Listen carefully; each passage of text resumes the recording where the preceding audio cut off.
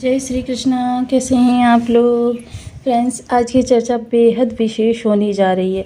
उस बड़े दुर्योग की समाप्ति होने जा रही है जिस बड़े दुर्योग से सभी ग्रह त्राही त्राही करते हैं।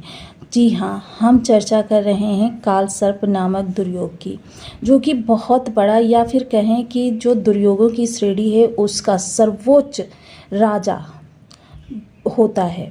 अब ये जो आपके आजीविका से लेकर सुख तक में व्याप्त हो रहा था। अब आजीविका से लेकर सुख में व्याप्त हो रहा था तो जीवन में बचा ही क्या। जीवन में आपके चारों तरफ से निराशा, अंधकारमय जीवन और आपके सभी प्रयासों में असफलता।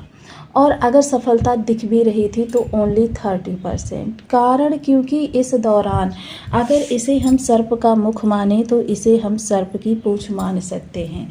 अब ऐसी स्थिति में क्या होता है कि यह सभी ग्रह, जो अन्य 7 ग्रह इस बद्ध होते हैं, वो सभी एक जकड़न में आ जाते हैं। और जब ये समस्त ग्रह जकड़ जाते हैं तो फिर इसके पीछे चीज़ें क्या निकल कर आते हैं कि आपके लिए वह प्रभाव नहीं निकल कर आ पाते हैं जो प्रभाव अमूमन आपको मिलनी चाहिए। आपके प्रभावों में काफ़ी हद तक आपको लाभ की स्थिति पर ले जाना, यह इन्हीं ग्रहों का प्रभाव रहने वाला है।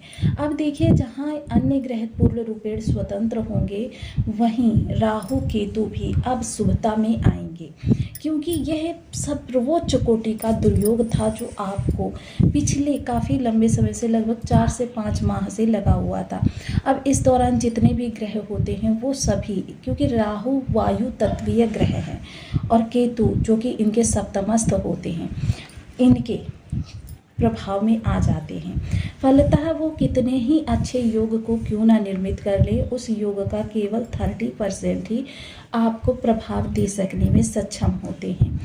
बाकी का प्रभाव जो होता है, क्योंकि यह राहु केतु की ऊर्जा से मिक्स हो जाता है, और मिक्स होने पर क्या होता है कि फिर वो निगेटिव हो जाता है, जिस कारण से किसी भी व्यक्ति को, चाहे किसी भी राशि का हो, क्योंकि भावगत प्रभाव बदल जाते हैं। दुर्योग राजयोग तो वही होते हैं। अब भावगत जो ये आपके प्रभाव हो रहे थे, ये आपके लिए फिर से एक बार आपके जीवन में राजा समान सुख और राजा समान जीवन देने के लिए तैयार है, क्योंकि राहु केतु जनित यह काल सर्प दुर्योग अब पूर्ण रूपेण समाप्त होने जा रहा है। जैसे कि हमने आपको पूर्व में ही बताया था कि यह दुर्योग अब समाप्त होते ही आपके लिए फिर से एक बार आपके लिए आशा की किरण, दुगना उत्साह और जीवन में स्फूर्ति और प्रसन्न चित्त आपको दिखाई देगा। ये सब तभी होगा जब ये दुर्योग समाप्त होगा, क्योंकि इस दुर्योग के समाप्त होते ही ग्रहों की स्थिति भी पूर्ण रूपेण परिवर्तित हो जाएगी। पूर्ण रूपेण ग्रह स्वतंत्र हो जाएंगे और स्वतंत्र होते ही ये अपने प्रभावों को आपके लिए पूरी तरीके से खोल देंगे। आप जब, क्योंकि इस दौरान आप जो भी प्रयास कर रहे थे, या तो वो सही दिशा में नहीं जा रहा था, क्योंकि भ्रम के कारक ग्रह होते हैं। ये केतु इल्यूशन पैदा करते हैं और राहु भ्रम पैदा करते हैं। इल्यूशन और भ्रम में बस एक बीच की बारीक रेखा का फर्क होता है। इल्यूशन आपके घर में उत्पन्न हो रहा था, भ्रम आपके कार्य क्षेत्र में उत्पन्न हो रहा था। अब क्योंकि राहु की जितनी भी निगेटिव चीज़ें हैं इस दौरान आपके कार्य क्षेत्र से जुड़ गई थी। बहुत से लोगों के कार्य क्षेत्र में ये योग होने के कारण आजीविका उनकी इतनी ज़्यादा व्यथित हुई, या तो उनका वहाँ पर कार्य में जी लगना बंद हो गया, या फिर उनकी जॉब ही छूट गई। अब जॉब जब छूटी तो चीज़ें फिर आपके लिए सारी बिखर गई। अब उनको संभालना, उनको समेटना, क्योंकि आजीविका जीवन की वह धुरी होती है जिसके ऊपर समस्त 11 भाव डिपेंड होते हैं। क्योंकि धन नहीं आएगा तो फिर आप कार्यों को सुचारू कैसे करेंगे। ना तो आप सामाजिक अर्थव्यवस्था को सुधार सकेंगे, पारिवारिक अर्थव्यवस्था को भी नहीं सुधार सकेंगे, और तो और अपना ही निर्वहन नहीं कर सकेंगे। ऐसी स्थिति में इस दुर्योग का समाप्त होना आपके लिए बहुत बड़ा वरदान माना जा सकता है, क्योंकि जब यह दुर्योग समाप्त होगा आपके किए हुए प्रत्येक कार्य का रिटर्न जो आपको मिलेगा वह पूर्ण रूपेण मिलेगा। अभी तक क्या है, आप 200 से 300% प्रभावों को बढ़ा रहे थे, किंतु अब जो ये प्रभाव आपके जो फल मिल रहे थे वो केवल 30% ही मिल रहे थे, जिस कारण से आप काफ़ी हताश भी थे, निराश भी थे और जीवन से थोड़ा सा क्षुब्ध भी थे। बहुत से लोगों के तो मन में इतनी ज़्यादा निगेटिविटी आ गई थी। देखिए, मुझे कमेंट के माध्यम से आपके मन की स्थिति का पता चलता रहता है। बहुत से लोगों के मन में तो इतनी क्षुब्धता आ गई थी कि वो अपने जीवन तक को, तो आप समझ ही सकते हैं कि मैं यहाँ पर क्या कहना चाहती हूँ। तो यदि आपकी लग्न में 2 नंबर बना हुआ है तो ये राशिफल आपके लिए है। कुंडली में कहीं भी चंद्रमा के साथ 2 नंबर बना हुआ है तो ये राशिफल आपके लिए है। कुंडली ना होने की स्थिति में आप इसे नाम राशि से भी देख सकते हैं। यदि अभी तक आपने अपने इस चैनल को सब्सक्राइब नहीं किया है तो प्लीज़ सब्सक्राइब कर लीजिए, वीडियो को लाइक कर दीजिए, चैनल को शेयर कर दीजिए। इससे होगा क्या कि हमारे आने वाले हर वीडियो की नोटिफिकेशन मिल सकेगी आपको सबसे पहले।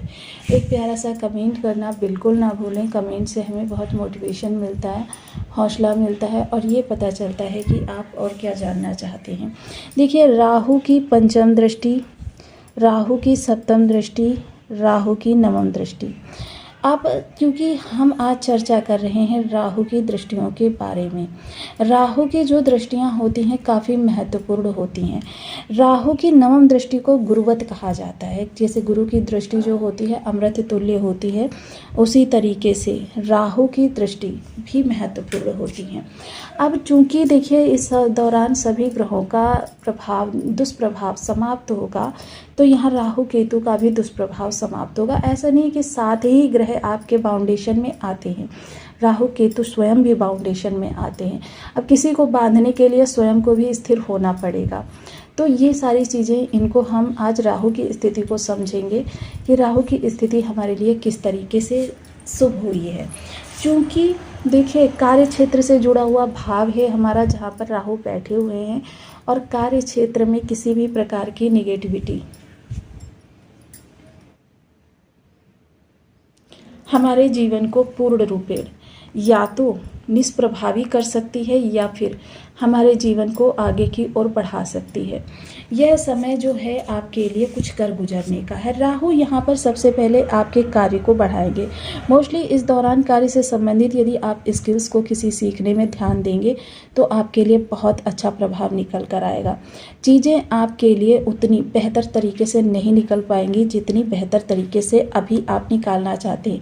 चीज़ें धीरे धीरे सही रास्ते पर आएंगी, लेकिन हाँ, अगर आपका कार्य छूट गया है तो पहले कार्य की अपेक्षा इस समय आपके सामने जो अपॉर्चुनिटी आएगी, जो अवसर प्रदान किया जाएगा, वो पहले की अपेक्षा अच्छा होगा। वाणी आपकी इस दौरान जो बहुत ही असंतुलित, असंयमित हो रही थी, वो अब सही होती हुई देखी जाएगी और साथ ही साथ कुटुंब से रिलेशन जो बिगड़े हुए थे वो सही होंगे और आपके परिवार में जो आपकी प्रतिष्ठा में कमी आई थी वो भी अब सही होती हुई देखी जाएगी।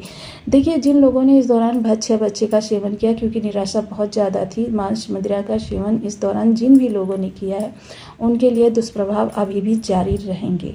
साथ ही साथ दुष्प्रभाव अभी थोड़ा लंबे समय तक रहेंगे, लेकिन हाँ, ये है कि ख़त्म हो जाएंगे। साथ ही साथ आपके धन से जुड़े हुए जो भी निर्णय थे या जो भी आपने धन से जुड़े हुए पिछले समय में लॉस झेले हैं, उनकी रिकवरी का भी समय आपके लिए आ गया है। सप्तम दृष्टि जो परिवार पर जाने वाली है वो काफ़ी हद तक आपके जीवन को आगे की ओर बढ़ाने में मदद करेगी। सप्तम दृष्टि जो है आपके परिवार को इस समय पर शुभता की ओर ले जाने वाली होगी। सप्तम दृष्टि जो आपके परिवार में किसी भी प्रकार की मिसअंडरस्टैंडिंग, गलतफहमी, विवाद का कारण, या फिर आपके परिवार में इस समय, जैसे कि हमने कालसर्प योग बनने से पहले आपको आगाह किया था कि इस दौरान आपके परिवार का कोई एक सदस्य जो कि कम उम्र का होगा वो थोड़ा सा व्यसन की ओर भी आकर्षित हो सकता है। वह भी अब आपको ज़्यादा नज़र रखने की आवश्यकता नहीं। भूमि भवन वाहन से जुड़े हुए निर्णय जो हैं वो आपके अब आगे बढ़ते हुए देखे जाएंगे। उनमें जो अवरोध लगे हुए थे वो समाप्त होंगे। साथ ही साथ नवम दृष्टि की चर्चा करें तो शत्रु इस दौरान आपका स्वयं ही आपसे शत्रुता या तो त्याग देगा या फिर स्वयं में ही उलझ जाएगा। आपको कुछ भी करने की आवश्यकता नहीं है। इसके अतिरिक्त यदि चर्चा करें तो आपके इस दौरान जो भी आपने ऋण लिए हुए हैं या जो भी ऋण आपको अभी तक परेशान कर रहे थे, अभी तक आपके ऋण जो थे वो चुक नहीं पा रहे थे, समाप्त नहीं हो पा रहे थे, अब उनकी समाप्ति का समय काल आपके लिए आ रहा है। साथ ही साथ यदि चर्चा इस दौरान करें कि हम इस दौरान कंपटीटर आपको डिफीट करेगा या आप कंपटीटर को डिफीट करेंगे, तो देखिए राहु की शुभता जो होती है वो कभी भी कंपटीटर को जीतने नहीं देती है। प्रतियोगियों के लिए अगर सबसे शुभ कोई ग्रह होता है हराने के लिए, वो राहु ही होते हैं।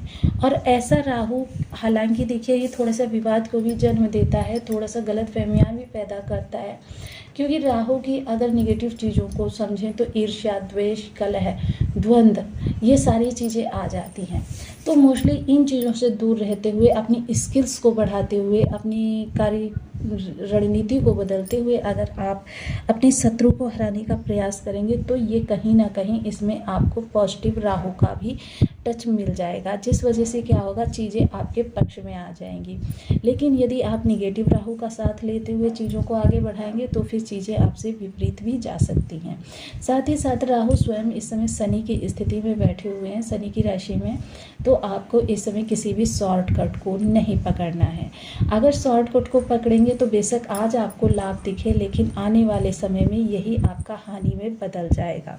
साथ ही साथ यदि इस दौरान चर्चा करें हम उपायों की, तो देखिए महामृत्युंजय मंत्र जो कि महादेव जी का होता है, यह दोनों ही वर्गों के लिए, देखिए चाहे जिनके लिए निगेटिव राहु एक्टिव है या जिनके लिए पॉजिटिव राहु एक्टिव है, दोनों ही वर्क कर सकते हैं। राहु बीज मंत्र ओम राम राहवे नमः, इस बीज मंत्र का भी प्रयोग ये दोनों ही लोग कर सकते हैं। तो जाहिर सी बात है कि इस दौरान आपके लिए ये उपाय करने बहुत ही श्रेष्ठ रहेंगे। वहीं जिन लोगों के लिए राहु निगेटिव है, उन लोगों को मछलियों को भोजन कराना। अब देखिए यहाँ पर भी ध्यान रखना है कि मछलियों को भोजन घर में एक्वेरियम में ना कराएं। आसपास कहीं तालाब, कुआं, पोखर, बावड़ी देख लीजिए और वहाँ पर जाकर, अगर आपके लिए राहु ज़्यादा निगेटिव है तो कम से कम 1.25 महीने रेगुलर रूप से मछलियों को भोजन कराइए। अगर राहु आपके लिए कम, तो प्रत्येक शनिवार को सायं की बेला में जाकर आप